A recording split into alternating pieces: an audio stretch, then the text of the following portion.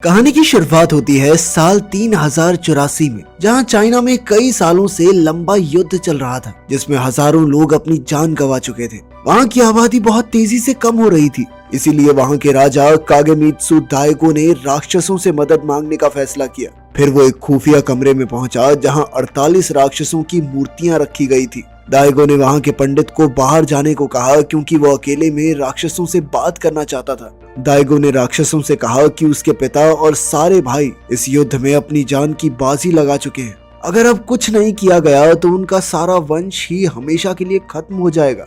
इसलिए दाइगो ने अपने दुश्मन कानायामा का विनाश करने के लिए राक्षसों से मदद मांगी और उनसे पूछा कि उन्हें बदले में क्या चाहिए। तभी अचानक वहां एक चूहा आ गया, तो दाइगो ने उसे अपनी तलवार के वार से मार डाला। पर फिर चूहे की आत्मा ने कहा कि उसकी मदद करने के बदले राक्षसों को उसके होने वाले बच्चे का शरीर चाहिए। आखिरकार दाइगो ने उनकी शर्त मान ली और कहा कि उसके दुश्मनों को खत्म करने के बदले सभी 48 राक्षस उसके होने वाले बच्चे के शरीर का एक एक अंग रख सकते हैं। इतना कहते ही स्वर्ग से जोरदार बिजली उसके माथे पर आ गिरी, जिससे वहां एक क्रॉस का निशान बन गया। उसी समय पंडित वापस आ गया और उसे पता चला कि दाइगो ने राक्षसों के साथ अपने बेटे के शरीर का सौदा किया है। मगर दाइगो इस सच को बाहर आने नहीं दे सकता था, इसीलिए उसने पंडित को जान से मार डाला। इस घटना के 20 साल बाद हम एक जवान लड़के को देखते हैं, जो एक छोटे से गाँव में पहुंचा। वहाँ एक अनाथ लड़की भी थी, जो लड़का होने का नाटक कर रही थी। बचपन में ही उसके माँ बाप गुजर गए और अब उसका इस दुनिया में कोई नहीं था, इसीलिए उसे छोटी मोटी चोरियां करके अपना गुजारा करना पड़ता। उधर वो जवान लड़का नकाब पहनकर अपने शिकार को ढूंढता हुआ एक बार में घुस गया। डांस के दौरान स्टेज पर एक मुखौटे वाली औरत आई, तो वो लड़का स्टेज की ओर बढ़ा। कुछ सिक्योरिटी गार्ड्स ने उसे रोकने की कोशिश की, मगर वो सबको धूल चटाकर आगे बढ़ गया। फिर एक तलवारबाज ने उस पर हमला किया, पर उस लड़के ने अपनी बाजू से उसकी तलवार रोक दी, मगर तलवार के वार से उसकी बाजू कट गई और उसकी जगह लगा हुआ एक ब्लेड सामने आया। फिर उस लड़के ने तलवारबाज को बुरी तरह पीट दिया और अपनी बाजू में लगे ब्लेड से उस औरत का मुखौटा काट डाला। तब उसका असली चेहरा सबके सामने आया, जिसे देखते ही वो समझ गए कि ये एक राक्षसनी है, जो एक इंसान का भेष बनाकर रह रही थी। तभी अचानक वो राक्षसनी एक वहशी कीड़े के रूप में आ गई और लड़के के ऊपर हमला कर दिया। उसने अपने पंजों से लड़के की जान लेने की कोशिश की, पर जख्मी होने के बावजूद भी अचानक लड़के का शरीर एकदम पहले जैसा हो गया। उधर वो अनाथ लड़की बाहर से गुजर रही थी, तो उसने कई लोगों को बार से भागते हुए देखा। कुछ देर बाद वो खुद भी बार में घुस गई, क्योंकि बाहर कुछ लड़के उसके पीछे पड़े हुए थे। लड़कों की गलती भी नहीं थी, इस लड़की ने ही उनके पैसे चुराए थे।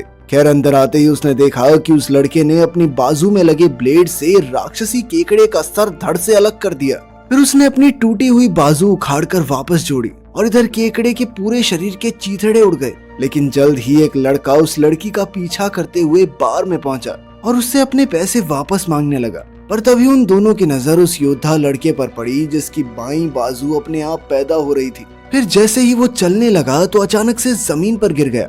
अब उसका नकली पैर टूटकर गिर गया और उसकी जगह नया असली पैर आ गया। इसके बाद वो नकली पैर वहीं धूल में मिल गया। ये देखते ही वो लड़का और लड़की काफी ज्यादा डर गए और उन्होंने भागने की कोशिश की, मगर फिर वो योद्धा लड़का उनकी ओर बढ़ा और अचानक उसने अपनी बाहर निकालकर पूछा कि वो कैसा दिखाई दे रहा है। ये देखकर वो लड़का लड़की इतने ज्यादा डर गए कि तुरंत वहां से भाग निकले, मगर रास्ते में उस चोर लड़की ने लड़के पर पीछे से वार करके उसे बेहोश कर दिया और अपनी जान बचाकर भाग गई। इसके बाद वो एक बूढ़े आदमी के पास पहुंची और उससे इस योद्धा लड़के के बारे में पूछा। बूढ़े आदमी ने कहा कि 20 साल पहले एक जादूगर अपने जादू को और बेहतर करने के लिए एक नदी किनारे कुछ जड़ी बूटियां इकट्ठा कर रहा था। तभी उसकी नजर नदी में बहते हुए एक लकड़ी के बर्तन पर पड़ी। जैसे ही उसने बर्तन बाहर निकाला तो उसे एक ऐसे बच्चे का शरीर मिला, जिसके हाथ, पैर, आंख, नाक, कान जैसे कई ज्यादातर अंग गायब थे, मगर फिर भी न जाने कैसे इस बच्चे की सांसें चल रही थी। तब वो आदमी उसे अपने घर ले आया और उसे जिंदा रखने का फैसला किया। फिर उसने खुद इस बच्चे को नया शरीर देने का सोचा। फिर वो जादूगर एक गांव में पहुंचा, जो युद्ध के कारण तबाह हो चुका था, और वहां से मरे हुए लोगों का शरीर इकट्ठा करके लाया। घर आकर उसने लाशें पिघलाई और उसमें अपनी खुफिया जड़ी बूटियां मिला दी, जिसके बाद एक ऐसा जादुई पानी तैयार हुआ जो इस बच्चे को जीवन दान दे सकता था। इसके बाद उसने एक पानी में बिजली मिलाकर एक दिल बनाया। फिर उसने एक एक करके सभी अंग बनाए और बच्चे के शरीर से जोड़ दिए। थोड़ी देर बाद वो बूढ़ा आदमी जो कहानी सुना रहा था उस जादूगर के घर गया उसने जादूगर को एक तलवार दी और कहा कि यह तलवार भविष्य में इस बच्चे के काम आएगी, क्योंकि उसमें राक्षसों को खत्म करने की शक्ति है। फिर बूढ़े आदमी के जाने के बाद जादूगर ने बच्चे को बिजली का झटका दिया, जिसके बाद बच्चा जिंदा होकर खड़ा हो गया। तब जादूगर ने उसकी बाजू में ब्लेड्स डालकर अपने बनाए अंग जोड़ दिए। बाद में जब बच्चा थोड़ा बड़ा हुआ तो जादूगर ने उसे मार्शल आर्ट्स की ट्रेनिंग दी। इस बच्चे की दिमागी शक्ति इतनी ताकतवर थी कि वो अंधा और बहरा होने के बावजूद भी बहुत जबरदस्त योद्धा बना। इसी तरह कुछ साल बीत गए और एक दिन जादूगर बीमारी बसा, मगर मरने से पहले उसने लड़के को पूरे शहर में आग लगाने को कहा, क्योंकि अगर उसके जादुई तरीके दाइगो के हाथ लग गए तो वो हमेशा के लिए अमर हो जाएगा। चारों ओर भयंकर युद्ध होगा और पूरी दुनिया तबाह हो जाएगी। आखिरकार जादूगर की मौत के बाद उस लड़के ने घर के अंदर आग लगा दी, मगर सब कुछ भस्म होने के बाद उसे एक आवाज सुनाई दी। उस आवाज ने बताया कि 48 राक्षसों ने उसके शरीर के अंग चुरा लिए थे। उन्हें वापस पाने के लिए उसे जादूगर के दिए ब्लेड से सभी 48 राक्षसों को मारना होगा। उस आवाज ने कहा है कि अगर वो खुद राक्षसों को ढूंढने निकलेगा तो वो एक के बाद एक उसके सामने आते रहेंगे। इस योद्धा लड़के की पूरी कहानी सुनने के बाद उस अनाथ लड़की ने राक्षसों का खात्मा करने के इस मिशन पर उसका साथ देने का फैसला किया। उसने लड़के से उसका नाम पूछा, मगर योद्धा ने कहा कि अगर वो उसका नाम जानना चाहती है तो पहले अपना नाम बताना होगा। जिस पर लड़की ने मासूमियत के साथ कहा कि मेरा तो कोई नाम ही नहीं है। इस पर योद्धा ने जवाब दिया कि नाम तो मेरा भी नहीं है, मगर सभी लोग मुझे हायाकीमारू के नाम से जानते हैं। जिसके बाद लड़की ने कहा कि ऐसे तो तुम मुझे डोरोरो बुला सकते हो। खैर, अब हायाकीमारू ने डोरोरो को अपने साथ आने से रोकने की बहुत कोशिश की, मगर वो भी ढीठ थी, इसलिए हायाकीमारू को उसकी जिद के सामने हार माननी पड़ी। इसके बाद जब वो एक नदी किनारे आराम कर रहे थे तो एक बड़ा सा राक्षसी बच्चा उनके सामने आ गया। तब हायाकीमारू उसके पीछे एक तबाह हो चुके मंदिर तक पहुंचा। फिर हायाकीमारू ने बताया कि इस मंदिर में बहुत सारे बच्चे मरे हैं, जिसके बाद उन सबकी आत्माओं ने मिलकर इस राक्षसी बच्चे को जन्म दिया। खैर, फिर डोरोरो कुछ घंटों बाद सोकर उठी तो उसे कुछ आवाजें सुनाई दी। हायाकीमारू ने बाहर जाकर देखा कि एक पति पत्नी यहाँ मरे बच्चों की आत्माओं के लिए चढ़ावा लाए थे। और सच तो ये था कि कुछ साल पहले वो युद्ध के डर से अपने बच्चों को इस मंदिर में छोड़कर भाग गए थे। उनकी ये हरकत जानकर डोरोरो को बहुत गुस्सा आया और वो कहने लगी कि तुम लोग माफी के लायक ही नहीं हो। जिसके बाद उसने गुस्से में उनका चढ़ावा उठाकर वापस फेंक दिया। फिर वो गुस्से में जंगल की ओर चली गई तो हायाकीमारू भी उसके पीछे गया। जल्द ही वहाँ का मालिक अपने घोड़े पर बैठकर उसने दोनों को अपने घर चलकर आराम करने का न्योता दिया और कहा कि वो उनकी यात्राओं की कहानियां सुनना चाहता है। अब वो दोनों उस आदमी के घर पहुंचे जहां उसकी पत्नी और 7 बेटियां बिल्कुल चाइनीज डॉल्स की तरह सजी हुई थी। खैर, खाना खाकर वो दोनों सोने चले गए। वहीं दूसरी ओर वो 7 बहनें मिलकर ये फैसला कर रही थी कि वो कौन से मेहमान को पहले खाएंगी। इसके बाद वो 7 अजीबोगरीब कीड़ों में बदल गई और डोरोरो को चारों ओर से घेर लिया। मगर हायाकीमारू पहले से उनके हमले के लिए तैयार था। जब डोरोरो की आंख खुली तो उसने देखा कि हायाकीमारू ने 7 राक्षसी कीड़ों का सफाया कर दिया था। तभी उन्होंने देखा कि मंदिर के बच्चों की आत्मा वाला बच्चा उन्हें यहाँ से भागने का रास्ता दिखा रहा था। अब वो दोनों एक खुफिया कमरे में पहुंचे जहाँ उन्हें ढेर सारी इंसानी हड्डियां मिली और वो समझ गए कि ये उन्हीं बच्चों की हड्डियां हैं। तभी हायाकीमारू को वैसे ही कीड़ों जैसे सैनिक आते हुए दिखे। अब वो आगे बढ़े तो उन्हें एक सीढ़ी मिली जिसे चढ़कर वो वापस ऊपर आ गए। तब हायाकीमारू को शक हो गया कि उस आदमी की पत्नी जरूर एक राक्षसी है जो पंडित का भेष बनाकर उन बच्चों को अपने पास ले आई जिनके माँ बाप उन्हें छोड़कर चले गए थे। फिर उसने उन बच्चों को मारकर उनके मांस से अपने बच्चों का पेट भरा। इधर जब उस राक्षसी औरत को पता चला कि हायाकीमारू ने उसकी 7 बेटियों को मार दिया है तो उसने अपने पति को उन दोनों को मारने को कहा। पर तभी हायाकीमारू उनके कमरे में आ गया और उसने इस आदमी को अपनी राक्षसी पत्नी से दूर जाने को कहा, क्योंकि आखिर में वो उसे वश में करके उसकी आत्मा को भी अपना गुलाम बना लेगी। वहीं दूसरी ओर डोरोरो तुरंत पास के गांव में पहुंची और उसने गांव वालों को उस पंडित का असली चेहरा दिखाया जिसके पास वो अपने बच्चों को छोड़कर आए थे। आखिरकार सभी गांव वाले अपने हथियार लेकर डोरोरो के साथ उस राक्षसी को खत्म करने निकल पड़े। उधर हायाकीमारू उस आदमी को अपनी पत्नी का साथ देने से रोक ही रहा था कि राक्षसी ने पीछे से हायाकीमारू और उसके पति के सीने में तलवार घोंप दी। इसी के साथ उस आदमी की तो मौत हो गई, मगर हायाकीमारू उस आदमी और बाकी बच्चों की मौत का बदला लिए बिना हिलने वाला नहीं था। तभी वो राक्षसी अपने असली रूप में आ गई और उनमें जबरदस्त लड़ाई शुरू हो गई। तभी मंदिर वाले बच्चों की आत्मा अलग अलग हिस्सों में राक्षसी पर हमला करके उसे नीचे ले आई। उसी पल हायाकीमारू ने अपनी खास तलवार से राक्षसी कर दी। तभी डोरोरो उसकी मदद के लिए वहां पहुंची, लेकिन तब तक काम पूरा हो चुका था। खैर फिर सभी गांव वालों ने बचे हुए कीड़ों के अंडों को आग में भस्म कर दिया, जिसके बाद उन सबके बच्चों की आत्माएं कैद से आजाद हो गई। आखिरकार हायाकिमारू का असली लिवर उसे वापस मिल गया और जादूगर का बनाया लिवर बाहर गिर गया। इसके बाद हायाकिमारू और डोरोरो उसके अगले मिशन पर निकल पड़े। जब वो जंगल में चल रहे थे तो रास्ते में एक और भयानक राक्षस उनके सामने आ गया। इस बार ये राक्षस एक पेड़ की तरह था जिसके ऊपर इंसानी सर लगा था। उस राक्षस ने अपने घने बालों से हायाकिमारू को बुरी तरह जकड़ लिया और उसे वहीं दबोचकर मारने की कोशिश की, पर हायाकिमारू जैसे तैसे आजाद हो गया। यह राक्षस असल में पेड़ के तने में छुपा हुआ था, इसलिए हायाकिमारू ने अपने ब्लेड की मदद से उसके तने को 2 हिस्सों में काटकर राक्षस को मार डाला। ऐसा करते ही उसका बायां कान वापस आ गया। इसके कुछ दिन बाद उसका सामना हुआ एक राक्षसी छिपकली से, जिसके हाथ नहीं थे, बल्कि उसने हायाकिमारू को अपनी जीभ से उठाकर पटक दिया और फिर खुद उसके ऊपर कूद गई। तब डोरोरो ने जैसे तैसे हायाकिमारू को छुड़ाया, मगर छिपकली ने उसका पीछा नहीं छोड़ा। उसने हायाकिमारू को जीभ से पकड़कर इधर उधर घुमाना शुरू कर दिया और फिर उसे चबाने की कोशिश की। तब डोरोरो ने अपने चाकू से छिपकली की आंख फोड़ डाली और हायाकिमारू सीधा नीचे आ गिरा।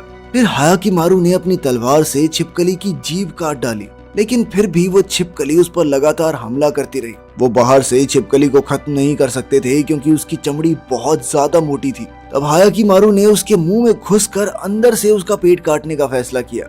उसने ऐसा ही किया और अंदर से छिपकली को चीर डाला, जिससे वो वहीं भस्म हो गई।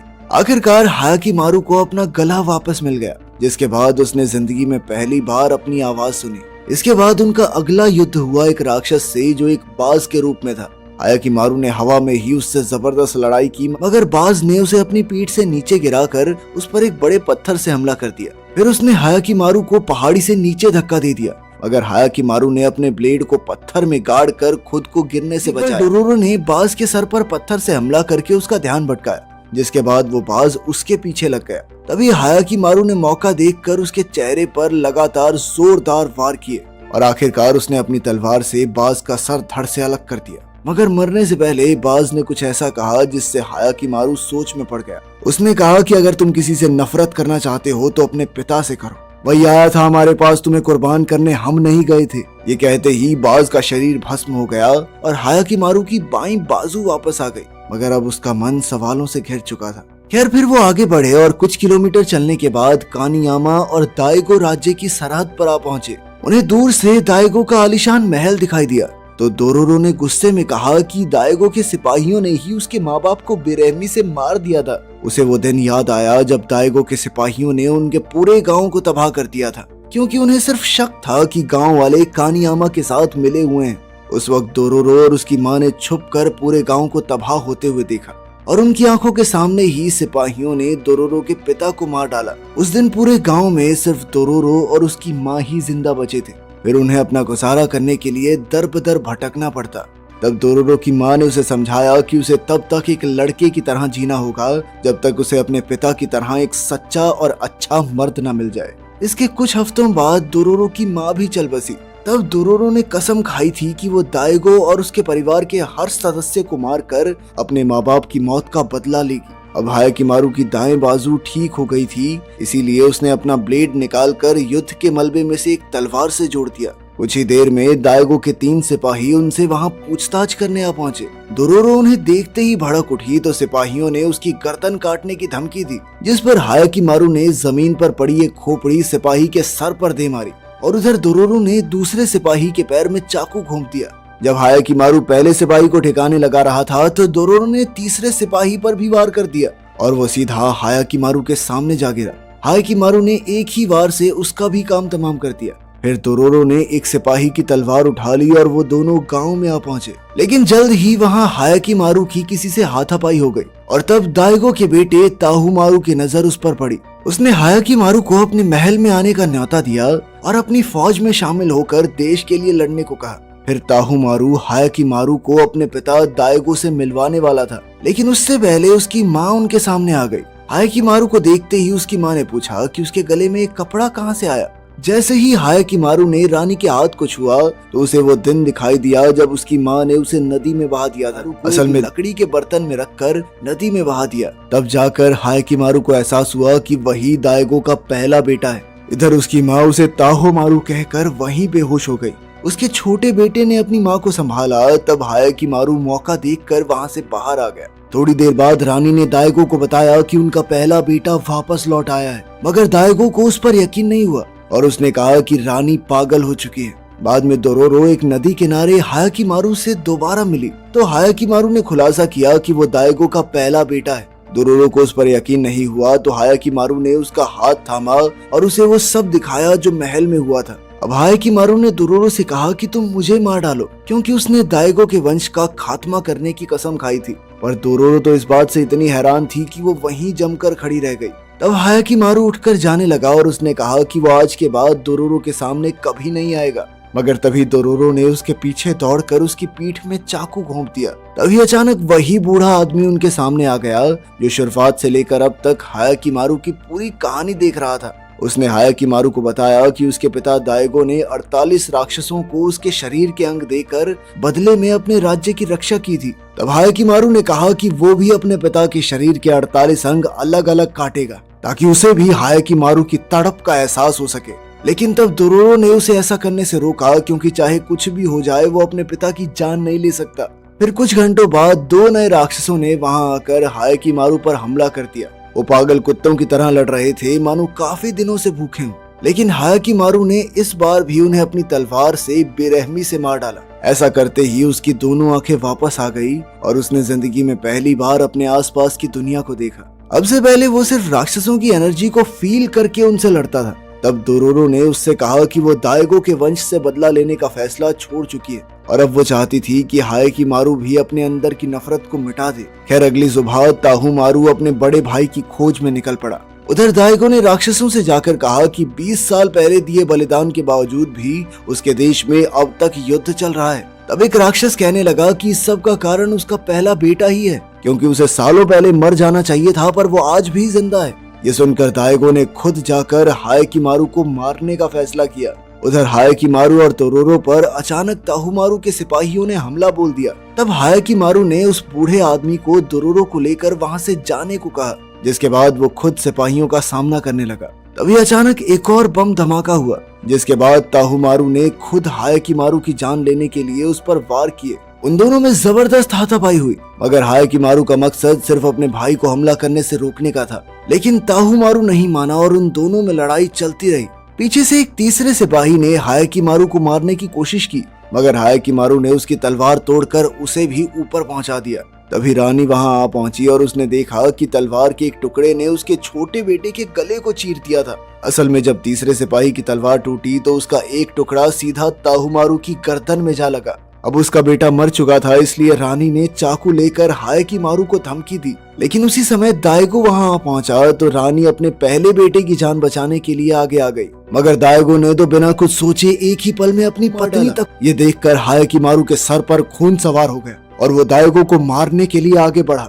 दोरोरो ने उसे रोकने की कोशिश की, मगर हायाकी मारू ने एक ही वार में उसे बेहोश कर दिया। इसके बाद दाइगो और हायाकी मारू में भयंकर युद्ध शुरू हो गया, क्योंकि दोनों ही एक दूसरे के खून के प्यासे थे। आखिरकार दाइगो बुरी तरह जख्मी हो गया और वो हारने से एक कदम दूर था, पर फिर भी उसने कहा कि उसे राक्षसों को अपने बेटे के शरीर की बलि देने का कोई अफसोस नहीं है। अब दाइगो ने उस पर आखिरी वार किया, मगर हायाकी मारू ने उसकी गर्दन पर तलवार रख दी। पर फिर उसने दोरोरो की तरफ देखकर सोचा कि अगर वो अपने दिल से नफरत मिटा सकती है तो मैं क्यों नहीं।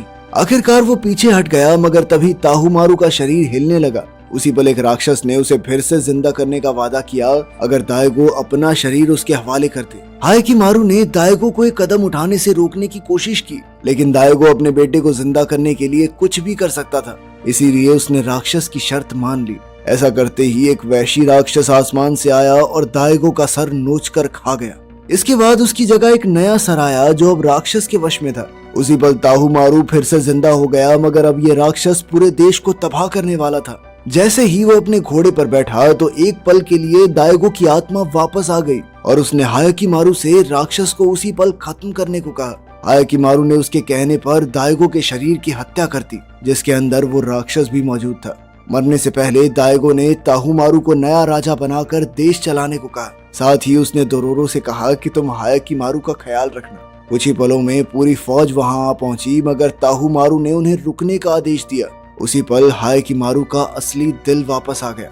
इसके बाद ताहुमारू और हायकिमारू दोनों महल में वापस आ गए और ताहुमारू ने अपने बड़े भाई से राजा बनने की गुजारिश की, क्योंकि अंदर ही अंदर वो इतनी बड़ी जिम्मेदारी के लिए तैयार नहीं था। लेकिन हायकिमारू ने कहा कि उसे अभी भी राक्षसों से अपने शरीर के बाकी अंग हासिल करने हैं। जब तक वो अपना पूरा शरीर हासिल नहीं कर लेता तब तक वो कोई दूसरी जिम्मेदारी नहीं ले सकता। फिर ताहुमारू ने कहा कि वो हायकिमारू का इंतजार करेगा, क्योंकि राजगद्दी का असली हकदार वही है। उसने हायकिमारू को अपने पिता की तलवार दी और फिर हायकिमारू डोरोरो से मिलने गया, जो दोनों देशों की सरहद पर उसका इंतजार कर रही थी। हायकिमारू को देखते ही वो रोने लग गई, क्योंकि उसे लगा था कि वो कभी लौट कर ही नहीं आएगा। अब वो हायकिमारू को गले लगाने के लिए आगे बढ़ी, पर अचानक उसने हायकिमारू की पेट में जोरदार लात दे मारी और कहने लगी कि चौकन्ना रहा कर, ठीक है? अब तेरा असली दिल दुल आ गया, तलवार घुसेड़ देगा कोई, मर जाएगा साले। सच बात तो ये थी कि शायद अब डोरोरो मन ही मन में उसे चाहने लगी थी। वीडियो पसंद आई तो लाइक कर देना, चैनल को सब्सक्राइब कर लेना। मिलते हैं अगली वीडियो में।